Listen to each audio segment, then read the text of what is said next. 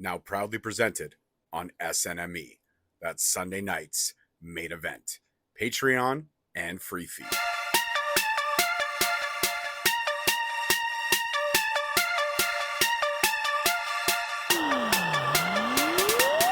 Hey guys, what's going on? It's your host, your boy, George Mackay, back here on another MLW Rewind. If you're listening to us in SNME land, hello. We said it at the beginning of the show, but I always like to reiterate it. Hello and welcome. YouTube land, welcome. Everywhere else, welcome. And if you don't know, now you know. I never do this alone. I always do this with my PIC, the one and only Uncle Bobby B.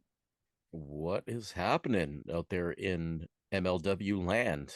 What's happening? FIGHTLAND. Yeah, it's FIGHTLAND. 3 weeks out, literally 3 weeks out. We are in November, and it couldn't be sweeter on this November 2nd. And we're going to talk all about today's episode. So before we do that, though, we should probably get into the releases and everyone that we know that's a free agent that will no longer be on MLW TV or pay-per-views. So so remember we chatted about it briefly last week, and it came out that Hammer requested his release. Don't know if it was granted, but I know he requested it, and I don't see why it wouldn't be granted. And the same goes for the Samoan SWAT team, Juicy and Lance. They have requested release as well. Absolutely. And I believe Juicy said that he was done. He posted on his socials a shirt saying, with a Samoan SWAT team shirt saying, "Hey, I'm done. MLW, thank you for the opportunity. Looking forward to the future." So whatever the future holds for these three individuals, when Hammer does, and if and when he gets his release, we wish them all the best of luck, and we enjoy the memories that they brought us for sure. Yeah, I mean, and Hammer did say he was grateful. This was the best 5 years of his career. So regardless of how acrimonious the departure may have been, everybody is being respectful on the outside. So let's go with that. Good for them. Absolutely. High road. Yeah, be respectful. High road for sure. And you know what? I wouldn't be surprised if we see Hammer in one of those top tier promotions sooner than later, depending on when the release happens. Because I know there were odds on him. Yeah. And I'll tell you right now, just MLW being the way MLW is, give it 3-4 years, you'll see Alex Hammerstone be a mystery entrant in some match in MLW. You know what I mean? Like he's not done forever. He'll be back at some point, even if it's just he'll get that send off that he wanted, much like Tom Lawler. I think Tom Lawler being back this second time around, he's going the way he's going out, or taking the time to actually build himself a proper, fond farewell, if you will, in the right way. Right way. So speaking of Tom Lawler, he is in this episode. We'll get to that a little bit later. Actually, we'll get to that sooner than later. But first off the bat, we get a calling vignette from their debut to the rise to being the all-powerful faction here in MLW. And then it was a great little vignette. They put together like 2 minutes. It was nice to see the progression of everything that they had done from capturing gold and where they are. It was mostly about the tag team rise between Ricky Shane Page and Akira, which obviously is because our main event is the Calling versus SGC in a tables match. That will happen at the end of the show. But for right now, this vignette was kind of showing their rise and also showing a little bit of the cracks to form. And we get more of the cracks forming a lot later on the show. But now we're heading over to WTF headquarters. And no, that does not stand for what the fuck. If you're joining us for the first time, it stands for the World Titan Federation. Okay, not what the fuck. And World Tracksuit Federation. Tracksuit Federation too as well. And Saint Laurent is there. And he's talking, he's gloating. Cardona will face either Kane or Fatu for the world title December 7th at One Shot. So this is the event after FIGHTLAND. So we already know One Shot will be the next event, December 7th. And the title will be rebranded as the WTF Heavyweight Championship. Hold on. Was it the linear historic? Yeah, I cut all that shit out. Just the WTF Heavyweight Championship. I'm not going to go through the lineage and the historic and all that stuff. Once they get the belt, they will have the power. They will have MLW in the palm of their hand, and MSL is going to tickle everyone. His words, not mine, his words. And then he proceeds to take a pimp cup filled with, I'm not sure if it was Skittles or Reese's Pieces, and pour them in his face and dribble all down everywhere. Nice touch. Yeah, nice, very nice touch. So like I mentioned, the Calling tonight versus SGC in a tables match for the tag titles. And Fatu is also taking on Mr. Thomas tonight. But the first match on the card was Calling versus SGC, but singles action. Talon versus Mance Warner. This was a 2.5 minute match at best, from entrance to final bell. Mance didn't even have to take his jacket off before he hit the final knee strike to Talon. And it was 1-0 for SGC versus the Calling tonight. And I thought with that quick squash of Talon, that the titles might be changing hands tonight, just how quickly they showed the power of Mance Warner after Talon. But what did you think, Rob, about Mance coming out there kicking ass in his jacket, only taking it off to cement that wicked knee to Talon's face for the win? Yeah, I think even the commentary, the jacket was over on commentary. I mean, it was a squash match. It's Mance. Mance is one of the best things to happen to MLW the past couple of years. So always enjoy seeing him get out there and do his thing. And yeah, it was I guess you could say establishing a bit of dominance over the calling with that quick victory. Yeah. Absolutely, yeah. Didn't, like I said, didn't he? And I think he didn't even want to take the jacket off. He took it, but he looked pretty upset that he had to take it off. It's like, I didn't want to get out of my ring gear. I just want to kick this guy's face off. That's all I want to do. That's it. That's it. We also get a recap of the Kevin Blackwood attack from a few weeks ago by Tony Deppen and TJ Crawford. Deppen refused to pay his fine, was suspended, took to Twitter, and they showed the screenshot of his Twitter to say that, why are you going to suspend the guy that brings so much eyes to the product? And MLW has decided to extend the suspension. So Tony Deppen was suspended for, we don't know the amount of time originally, but now he's suspended for even longer, which we don't know the amount of time. So Tony Deppen keeps stepping in the shit and keeps extending this suspension. So, I mean, that's his journey. But Rob, what did you think about this update on the Tony Deppen situation as it is? Well, he's suspended for an indefinite period. There's no definitive period for which he is suspended. He's just suspended. We don't know. I mean, this is a great plot gimmick. Like somebody's just, well, they've been suspended. They didn't pay their fine. We suspended them again. They took the Twitter. We suspended them again. Yeah. So just suspensions all around.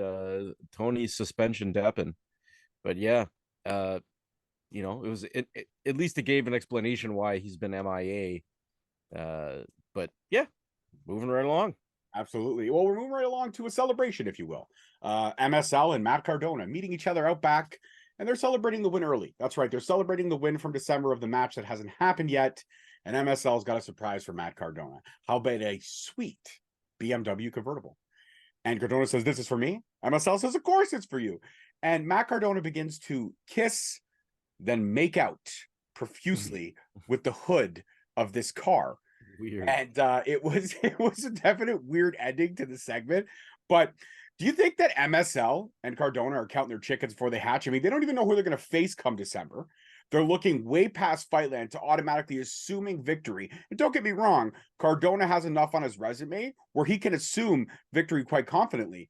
But don't mistake who you're going to be stepping in the ring with. Either be the baddest man in MLW right now, being the heavyweight champion Alex Kane, or being the Samoan werewolf Jacob Fatu. You don't want to tangle with either one of those, and you don't know who you're fighting yet, but you're going to go ahead and celebrate? I don't know. A lot of confidence exuberating from that camp, that faction. The car thing was a little weird. I BMW convertible, I would have brought him something like a Sebring, something with a little more class. BMWs don't come with turn signals. I mean, what about an old 84 El Camino? I mean, an El Camino is a great option under any circumstances. Absolutely. An 84 El like an classic. El Camino. Yeah, absolutely. Reminds me of Gone in 60 Seconds, where the guy steals the car from Chinatown, and it's because the keys were in the ignition, and it's like, why'd you steal this car? It's not on the list. You stole the car that wasn't on the list. He's like, I boosted it myself. How did you steal it? Keys were in the car. Open up the trunk, fill with drugs. Did you ever understand why there's a car with keys in it? Because nobody's dumb enough to steal it. Yeah. Oh, so good. God in 60 seconds. Oh, I love it. Absolutely love it. Alex Kane, we're getting a promo from him.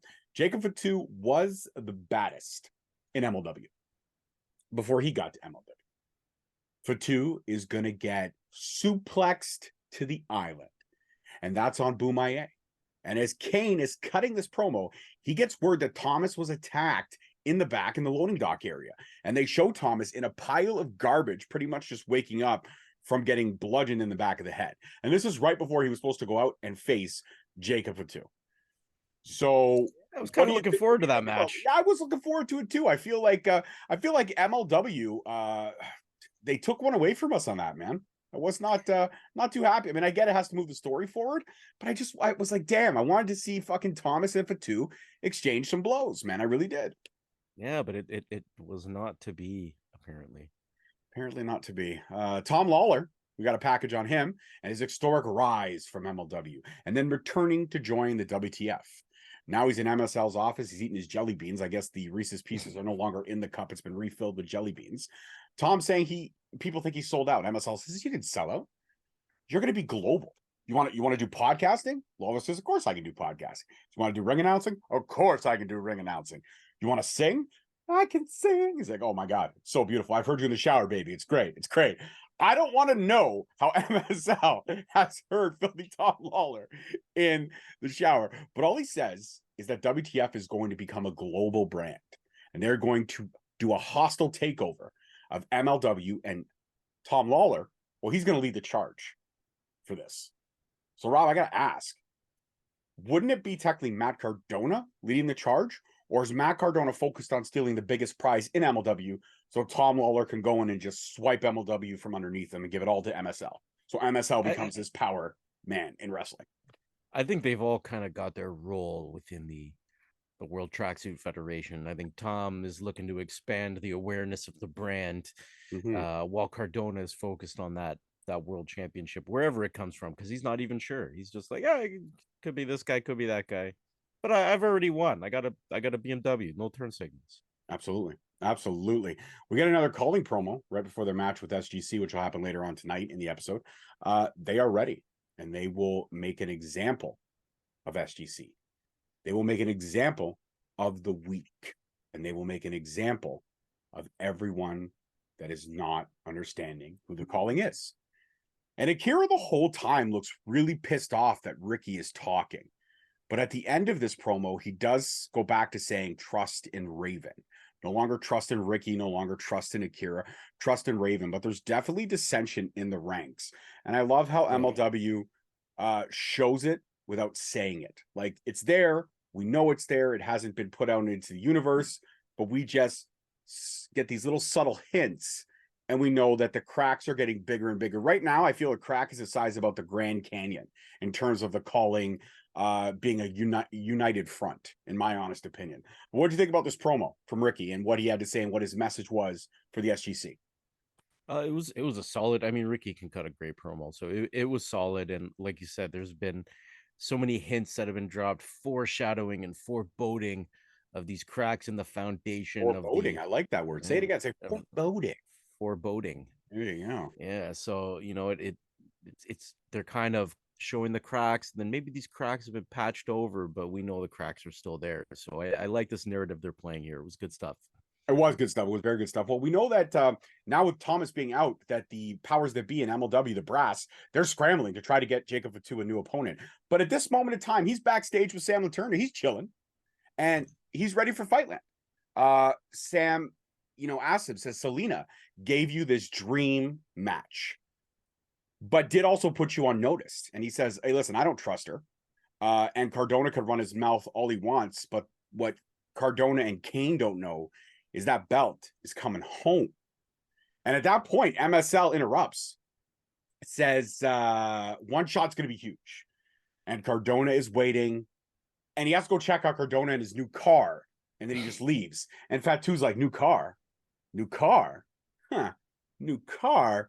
And then he's like, okay, got to go, Sam. See ya. So we already know the wheels are turning.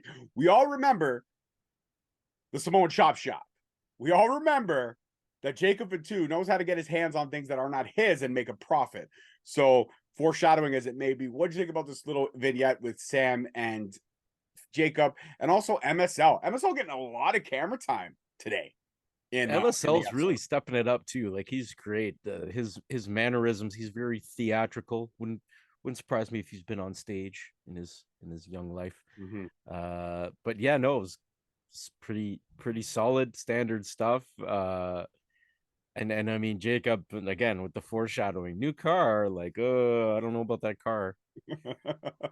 It's definitely not gonna.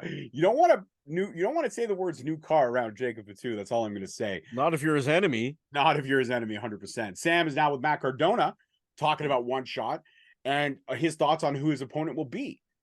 And he says it doesn't matter. Neither one of them are title material. They aren't Matt Cardona. No one has been counted out and reinvented in pro wrestling more than him. And no one could stop him because he's going to win in New York in front of his family and his friends. Because as we know, Cardona is a hometown New Yorker through and through. So One Shot is taking place in New York December 7th, and he's in the main event. So I thought this promo by Cardona was fire. Everything Cardona has spit recently in MLW or spit in general since he's no longer been with the WWE and just kicking ass, taking names everywhere. Cardona's speaking it real. Everyone's counted him out. Everyone's discontinued him. Everyone's roughed him off to the side. Discontinued him. Oh, that was amazing. Well, they have. I'm going to use that. But I've discontinued that guy. They've discontinued him 100%. They've discounted him. You find him in a bin at a Dollarama. Okay, that's what the world has done to Matt Cardona in his eyes. Yet he's found ways to stay relevant and stay in the now and stay a name that is consistently talked about in pro wrestling. And it's factual statements. That's it. But I thought this promo was fucking fire. Probably the best one of the night, in my opinion.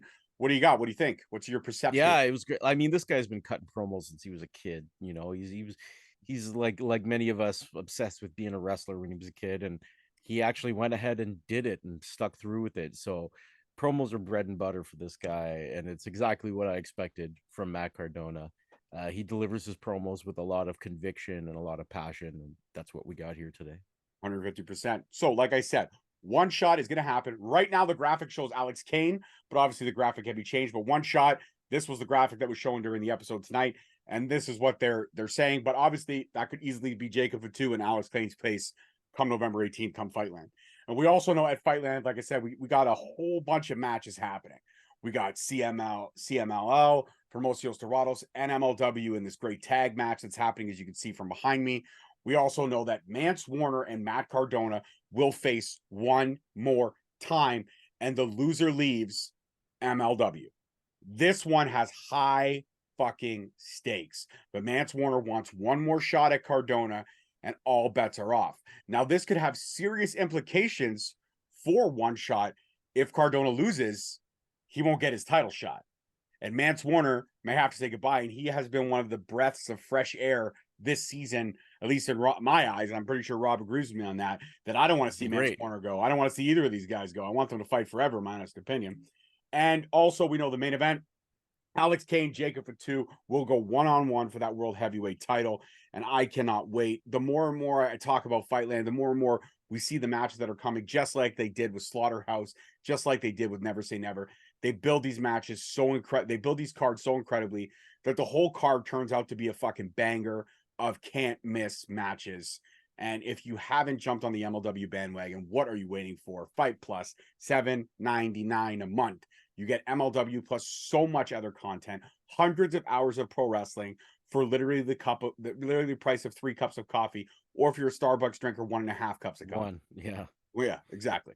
But you know, what do you think about that? The new addition to the card is Mance and Cardona, and the loser leaves MLW. This one has huge implications, like I said, and this could change the landscape of MLW in a lot of ways. Yeah, I mean, really, you don't want to see either of these guys kind of go. So I'm curious how this is going to play out, if it's going to end up like tonight or if it'll actually be a match. I don't know. I'm really not looking forward to seeing either of these guys head out. Absolutely. Like I said, I'd like these guys to stay on a kind of fight for other path for sure. Jay Boujii, he's coming out to represent Bomaye, I guess, because Mr. Thomas not being available. I originally thought Jay Boujii was going to face Jacob Fatu, and I was like, damn, they really throwing the youngster to the wolves literally there. But then Brett Ryan Gosselin's music hits. He's debuting at MLW in this put-together match, this last-minute backup match, because Mr. Thomas was not able to fight. And this match was really good. I liked it a lot. And Gosselin scored the victory via hanging onto the ropes when the ref couldn't see. Steals one from Jay Boujii and the Bomaye Fight Club on a night when they were already like down and Kane was pissed and all this shit was happening. Now Jay Boujii suffers a loss. But I will say this, Brett Ryan Gosselin, he's got a great upside, and I would like to see more. I would like to see more. And it's not bad on your debut. When we've seen so many wrestlers debut, we saw Jay Boujii debut to a loss, but they bring in Brett Ryan Gosselin and he gets the W on his debut, which shows that I think we maybe see more of this kid in the near future, which I don't think is a bad thing. So Brett Ryan Gosselin, shout out to you, man. You killed it. And the fact that you also look like Ryan Gosselin is fucking hilarious. So keep that name. It was fantastic. I loved everything about it. Rob, what do you got? Yeah, no, the kid looks solid. Good fundamentals. I was watching closely, and yeah, everything about his work looked good to me. Even Striker put him over, and again, Striker's not easy to impress. So looking forward to seeing more from this guy, definitely. Absolutely. He's just Ken after all. Yeah. All right, Love Dog. He is literally camping outside the 2300 arena. He's waiting for Becca. And as he hears Heels walking up, he jumps out and says, Becca, but it's not Becca. It's Tiara James. And she slaps Love Dog right across the face for scaring the shit out of her. And she walks away. And then he's looking for Becca, and the camera pans oh so subtly to the right. And there is Minoru Suzuki. And what does he do? He just literally punches Doug right in the fucking face. I was fucking dying. It was so unexpected. So good. So good. And then Minoru just walks by the camera, stops, and just gives that little snarl that he does, and then just leaves again. But if that's the last we see of Suzuki, between that and the match with Fatu at Slaughterhouse, what a fucking way to go. It was incredible, man. I loved it. Yeah. I loved it. I absolutely loved everything about it. And now Kane is looking for Fatu in the back, or he's heading to his dressing room. I'm not really sure because the beginning of the audio was a little muffled. And he's approached by a reporter asking if Kane has any comment on if Fatu assaulted Thomas. Kane says no comment, and he walks to the dressing room, slams the door.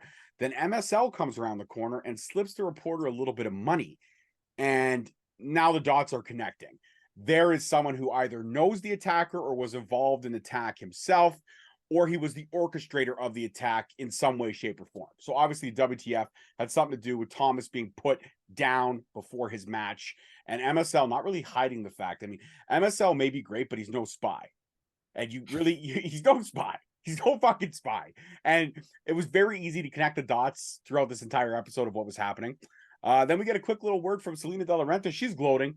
She got top ratings again for last week, and she wants to let everybody know the new featherweight champion, Janai Kai, will be in action, making her Fusion debut. Not her MLW debut, but her Fusion debut next week. Rob, what do you got? Can't wait to see Janai Kai make her Fusion debut. That's what I got. Fair enough. Fair enough. And also Don King. Well, what? I always shoot to you for No, I'm not. I wasn't saying anything. I was saying like I'm excited. Like Janai Kai, impressed with that title win, and she came out of nowhere. So I'm excited to see her on Fusion now. Demon Kicks herself. Like she cuts an imposing figure. Absolutely, she's dangerous, and she's one of the sweetest people in the world. Though, go back to the Straight Talk archives, you can see our conversation with her. She was fantastic. Don King will also be not in the building, but will be on Fusion next week, speaking about Fatu versus Kane, and he'll give his opinion or his thoughts on that next week in Fusion. Now, backstage, Kane and Fatu, they're about to go at it. They are literally being held back by security. They are about to go at it. And then a member of Bomaye, one of the entourage members, or I guess entourage, one of the entourage members associates, yeah. He comes over and says, yo, it was Cardona, and then he shows Kane and Fatu a video of some kind. And Kate says he's gonna beat these hoes and walks off. And Fatu, being Jacob Fatu, just pushes the Bomaye member out of the way. Get out of my face. Just pushes him right out of the way. And he's looking all at Alex's way, like he's going to get in on this action. I don't know if him and Alex are going to have a united front, but he's definitely going to get some vengeance on Cardona, because as we know, Jacob Fatu will take ownership of shit he does, but he does not like to be accused of shit he did not do. Oh, who does? Absolutely. And now it's main event time. That's right. Again, the calling. Ricky Shane Page and Akira putting their tag titles on the line against SGC's own Matt Justice and the one called Manders in a tables match. This match was exactly what you'd expect from these four. They beat the hell out of each other. And then also they showed the cracks continuing to form. Ricky and Akira stopping to fight over the position of a table inside the ring, therefore giving SGC an opportunity to throw chairs clearly both their ways.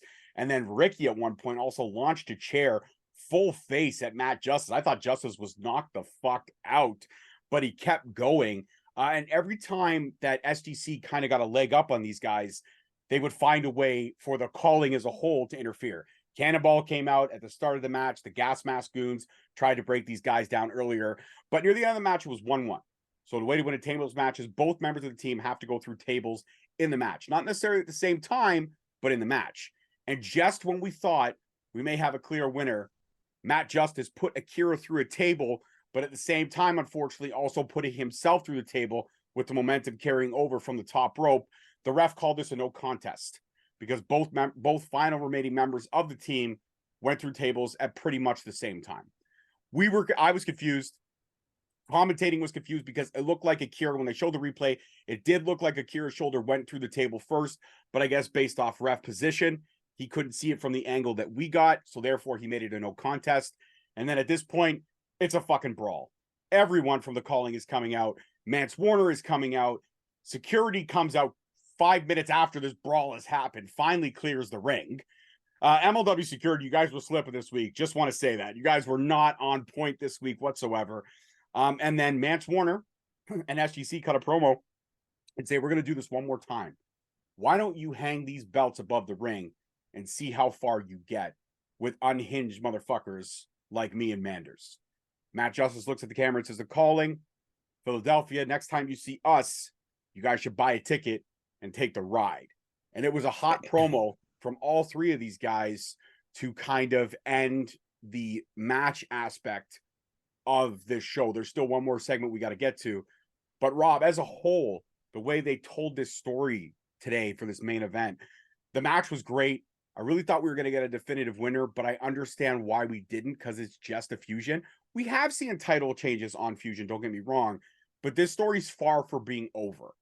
So I get why this little, this little hiccup, if you will, in this story, this next chapter it's got to come to. What did you think? I thought everything was really fucking entertaining, including the finish and the promo after the fact from every member of SGC. Did you catch that fan that yelled at Matt Justice while he was cutting his promo? Absolutely did. And told him he looked like Jason Momoa or something to that effect. You look like a Wish version of Jason Momoa or some stupid shit. And even the fan that was interrupting Mance Warner, and Mance Warner's like, "Shut up, I'm preaching, baby." Yeah. Fans trying to get themselves over. Yeah. You're not in the ring. Shut up. Cheer, boo, but don't try to get yourself over. Yeah, don't be that fan. We know don't be that fan. Don't be that fan. Yeah, the match itself was a hell of a match. Literally exactly what you expected. I echo, excuse me, your sentiments. I thought we'd get a clear winner, but I understand why it was the way it was. Mm-hmm. Oh, excuse me, man. I'm exhausted today. How about you? I'm right there with you. Yeah, so thank God I had some MLW to keep me awake this afternoon. 100%.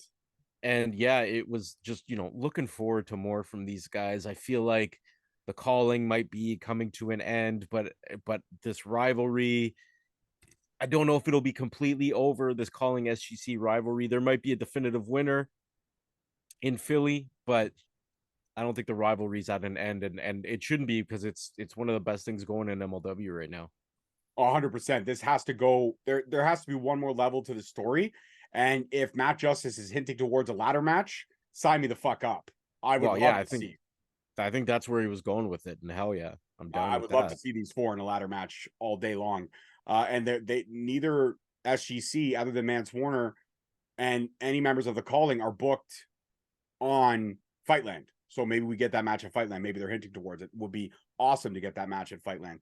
And at the end of the show, Matt Cardona, he's leaving the building. He's done what he had to do, said what he had to say. And he's stopped by Jay Boujii, who's advised him that something's going on with his car. So Cardona runs outside, and there's Alex Kane waiting by the loading dock by the trailer to fuck Matt Cardona up. And as Matt Cardona is scurrying away like a scared little child, in the distance, we hear tires screeching. The camera pans over, and it's Jacob Fatu in that brand new BMW. And I couldn't hear what he screamed, but he drove off, and Cardona's chasing him, saying, "That's my fucking car. That's my fucking car." Well, I mean, just made out with the car, so I can understand. He's a little. Oh, he's got an attachment to this car already. But yeah, so Jacob Fatu has now stolen the BMW, and the camera fades to black as Pat Cardona is trying to chase down Jacob Fatu in that stolen BMW. Rob, what did you think of this entire end segment that was both hilarious? And I'm not going to lie, I would have loved to see Alex Kane give Cardona one clean shot in the face, though. But Jacob Fatu stealing the car, great. I loved it. Yeah, Alex was pissed. When he starts calling you melanin deficient, you're in trouble. And Jacob Fatu just one of, you know, Jacob's one of those guys where he's a serious badass, but he also has that light side to him, that humor side. And so you're doing something as badass as taking somebody's car, their brand new Beamer, and driving it away, but you're still laughing and like, "Hey, nice car," as you're doing it. So that was a cool segment. And you know, Matt Cardona plays the upset victim, you know, like lose it. It was great. It was enjoyable. This episode was exactly what it was supposed to be, what wrestling is supposed to be. It was a lot of fun. It had some great matches. We got to see some debuting talent, which looked great, and I hope to see them back. Definitely want to see Brett Ryan Gosling. Excuse me. Yeah, I was trying to stop the yawn because you got the yawn, and now I've been trying to stop it since he yawned. Oh shit. Contagious. Oh fuck, yawning sucks. It is contagious. Absolutely. Well, yawning doesn't suck. It's actually enjoyable, but it's contagious as fuck. I don't know why it's so contagious. But regardless of the fact, FIGHTLAND is shaping up to be great. We already know 3 of the possible 6 to 7 matches. That's usually what we get at an MLW event. We already know 3 of the 6 7 matches that we're going to get. That means there's going to be 3 more announced 3 weeks out from FIGHTLAND. We got 2 more fusions and then FIGHTLAND. So anything can happen from now till then. But regardless, I enjoyed it. I can't wait to hear what Don King's going to say via satellite or Zoom, because as we know in those, and as much as I love Don King, he does not look to be in the most picture perfect version of health right now. So I can see why he's not making the trek out to Philly and New York and all that stuff. I get it. I totally get it. So you want to stay at home, and I understand all that, and I appreciate that. But there's a lot of storylines being developed and a lot of storylines tightening up. And I already love how we're building, even though FIGHTLAND hasn't happened. I think this is ingenious by MLW to go ahead and build to the next event, already giving us a main event. We know that Cardona is going to get a title shot. We knew that last week. We now know it's one shot. We just don't know against who. And I think that's great. And all that tells me is one of 2 things are going to happen. Either Mance Warner may lose at FIGHTLAND, or for some way there may end up being a no contest and both will stay, which I hope is the case. And if there's an interference, right, because there has to be a definitive winner in order for someone to leave. So if there's an interference, then that voids everything. No one can leave if nobody lost, right? Yeah, I don't think a DQ counts. No, I don't believe it does count on it. I think you got to be pinned or submitted in order to be able to consider yourself a clear winner in that type of match. Right. But all in all, MLW always delivering, always building. And I got to say, before we used to notice, and I think you might agree with me, Rob, there used to be lulls. There would be lulls and then builds. But I got to say, since they've started going month to month with these pay-per-views, there have been no lulls.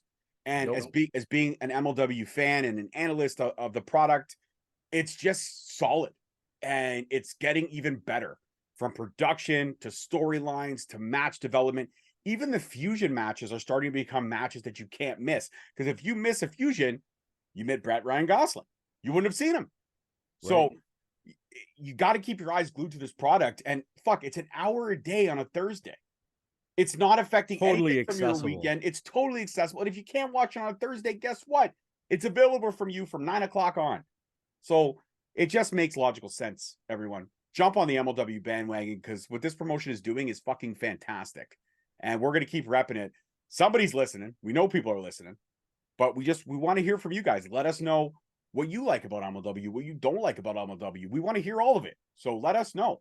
But that's it for this one. Rob, you got anything else you want to say? No, solid episode. Very, very good. Looking forward to next week. Looking forward to the next pay-per-view. It's going to be fantastic. Great things happening in MLW land right now. Absolutely. And as I do my best Fred Durst impersonation here with the backwards red hat, peace, love, and wrestling. We'll see you guys next week. Adios.